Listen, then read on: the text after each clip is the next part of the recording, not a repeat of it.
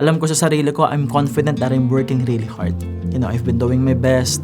Malinis yung puso ko. All I want is to help, provide value, have meaningful relationships with people. As I move along, even college days, ramdam ko sa sarili ko parang hindi ako maka-fit in.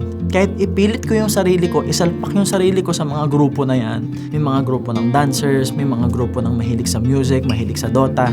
It was really hard for me to fit in. And of course, initially, I felt bad. I felt insecure. Akala ko parang ayaw nila sa akin, walang tumatanggap sa akin, wala silang pakialam sa akin. And I realized that I'm just creating a lot of drama. Hindi ko naisip na teka, may negosyo pala ako. May employees na ako. Nagbibuild ako ng negosyo. And then I started working alone. Of course, initially mabigat, mahirap, nakakapagod, nakaka-drain.